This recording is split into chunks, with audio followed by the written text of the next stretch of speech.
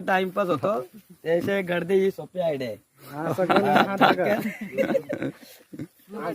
याच्यात वेळेची बचत होते. आता मगाचपासून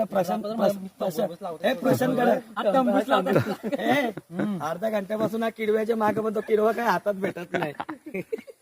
काय आता बाहेर पूर्ण काढलेली हे जाय पाम्या गल घेऊन याचा गल कुठे गल गेलं रात्या बाईकने तरी असेल काय. अरे मस्त आहेत.